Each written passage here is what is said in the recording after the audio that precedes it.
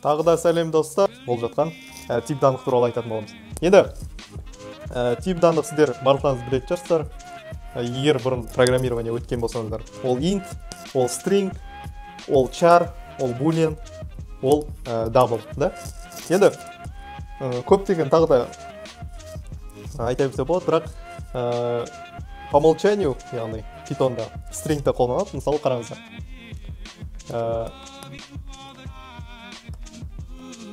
Мен бірінші stringтан бастайық. Мен бірінші markdown деймін. Бірінші строканы бастайын. Строка қалай қолданылады бүгінгі неде? Мысалы қараңыздар. Мысалы атең, мен былай тырнақша қойсам болады, немесе осындай знак қойсам болады. Айырмашылығы жоқ. Мысалы таңда стадий. Атең таңда стадий болсын. И print жасасақ, бізде не істейді? Таңда стадий деп шығарады. Енді қараңыздар. Былай жазсам да болады. Бұл да бізде строка. Да? Енді қараңыздар. Мысалы атең таңда стадий болсын. Б-тең school болсын. Енді жақсылап қараңыздар. Өте керемет нәрсе. С-тең А плюс Б десем. И print С десем қараңыздар. Көрдіңіздер ғой? Таңда стадийға мынаған не істеді? School әкелді да қосып жіберді. Яғни таңда стадий school болды. Жалпы өте керемет нәрсе, немесе тағы да осындай істесе болады. Арасында пробел болсын. Осылай істесе болады. Сол кезде бізде таңда стадий school.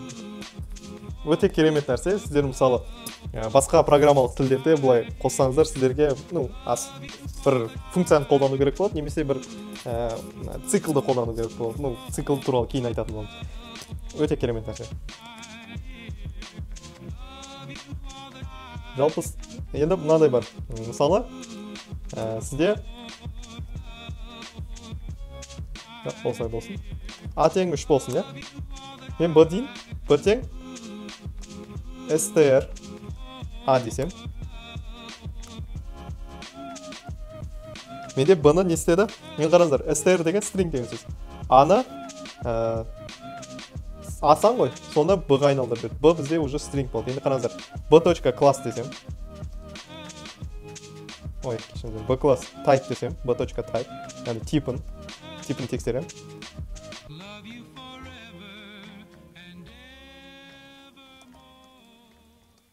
Міне, типі Б-ның str деп шығарып тұр. Көрдіңіздер ғой да? Яғни string деген сөз бұл. Айналдырып жүреді. Енді қараңыздар, мен былай істей аламын уже. Бір С деген string алып аламын. Оның аты мысалы.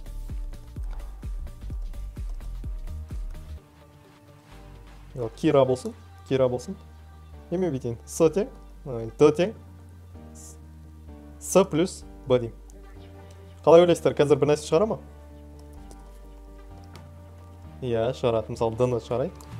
Менде Кира 3 деп шығарады. Өйткені бізде Б не істеді? String деді. Егер оны А-ны қосатын болсам, менде қате шығарады. Өйткені бізде А ол не? Тип данлық. Яғни ол сан. А мынау Б болды, ол сан емес, хоть оның мәні 3 болып тұрса да. Түсінесіздер ғой? Өте қажет нәрсе осы жерде. Енді жалпы string бойынша түсінікті деп ойлаймын. Өйткені бұл жақта біз қазір stringті пока мынау бетінше өтейік, stringтің не істеуге болатын. Енді одан кейін мысалы бізде не бар? Int бар. Int. Енді intті мысалы былай қолданамын. Мысалы А тең 3 болса, и Б тең мысалы 5 болсын. С тең А көбейтілген Б болсын. Яғни бізде 15 шығарады ғой. Енді бұл жақта байқалсыздар ғой, не керек емес. Print С. 15 шығарады. Енді қараңыздар, егер Б бізде нақтысам болса, 5,4 мысалы. 16 бүтін мынандай шығарады. Түсінесіздер ғой да? Немесе Б тең 17 болсын. Б-дан аны бөліп тастайық. Бізде, бөлейік. Бізде 5,166 шығарады. Естеріңізде ме, мысалы C++ немесе басқаларында, егер сіз бүтін санды бөлсеңіз, сізде не шығарушы еді? естеріңізде ма? Сіздерде бүтін бөлігін ғана шығарады. Мысалы 17-ке бөлген кезде сіздерде 5 шығару керек болады. Ал бұл жақта ондай емес. Яғни нақты бір айнымалының нақты бір тип данных жоқ. Яғни біз оны есеп барысында өзіміз бере саламыз. Мысалы мен бүйтем. Ерге int деймін. Яғни осы екеуінің бөлгені int болу керек, сонда бізде 5 шығарады. Осындай жағдайда ғана істеуге болады. Яғни бұл жақта байқадыңыздар, int па double ма бәрібір негізі int айналдырып болды. Енді double деген бұл жақта float деп қолданылады. Мысалы біз float деп жазбаймыз. Мысалы біз бүйте саламыз. Мысалы a тең 5,6 дейміз, ол уже түсіне түсті. a-ның не екен? Float екен. И a-ны шығарсақ ол 5,6 дейді. Енді осындай нәрсе. Boolean бар, байқасаңыздар. Мысалы осылай болсын. S тең, мысалы b болсын. Бір айнымалыға, бірақ осындай болсын, 89. Енді мен екеуін біріктіріп жүрейін. Мен бірінші бүйтем. B-ны өзім int-қа айналдырып жүрейін. Немесе бүйтсең, float-қа айналдырып жүрейін. 89. Қараңыздар, B-ны шығарам. Print B. Менде 89.0 дейді. 89.0 десе ол float депті. Енді алып A-ға қоссам, B-ға A-ны қоссам. Менде 94.06, яғни бірінші B бізде не болды? String болды. Nerede комментарий хэштег, яғни комментарий деген ат оқымайды, түсінсіздер? Строка.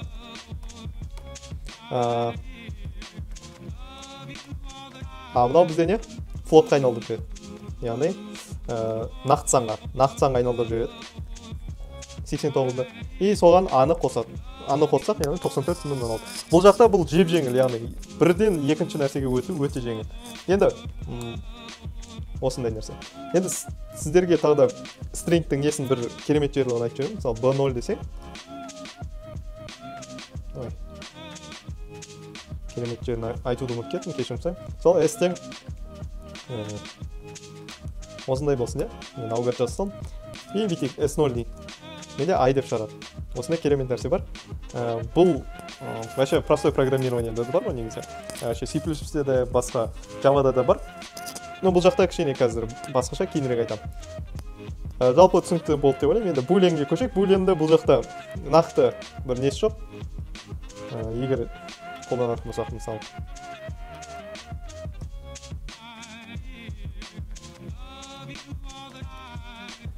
Көрдіңіздер ме?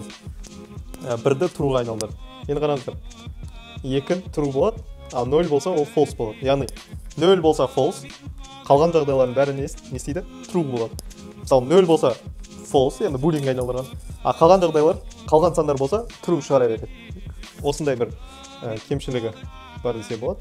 Именно Boolean-ға байланысты. Бірақ бұл жағынан ыңғайлы деп ойлаймын, өйткені не только бір мен, а любой сан Boolean-ға айналдырып жүрсе. Егер 0-ді қойсақ, көрдіңіздер ғой? False шығарады, а қалған сандар true-ді шығарады. Жалпы Boolean, int, char-ды көрдіңіздер, char-ды қалай қолданатын. Бұл жақта бөліп жармайды. Мысалы, C++-да былай еді. Қараңыздар. C++-да char осылай еді, а string осындай болады, не? Ал бұл жақта үйтіп бөліп жармайды. Айырмашылық жоқ. Сіз мынаны да қолдансаңыз болады. Және мынау тырнақшаны да қолдансаңыз болады. Өзіңіз білесіз. Екеуі бір нәрсе, айырмашылық жоқ. Жалпы тип даныққа байланысты түсінікті болды деп ойлаймын. Бір қиын ештеңе жоқ. Просто алдың, қойдың, істедің деген сияқты. Яғни солай сандармен жұмыс жасадық. Мен ойымша даже бір мектептің баласы, бастауыш сыныпта оқитын балалардың өзіне бұл түсінікті деп ойлаймын. Жалпы рахмет сіздерге. Келесі сабақта кездескенше. Келесі сабақта біз жалпы осы не туралы айтатынымыз, ввод данных туралы айтатынымыз, яғни input және условный задачаларға келсеміз. Енді шартты операторлар бойынша сөйлесетін болады. Сау болыңдар, келесі сабақта кездескенше.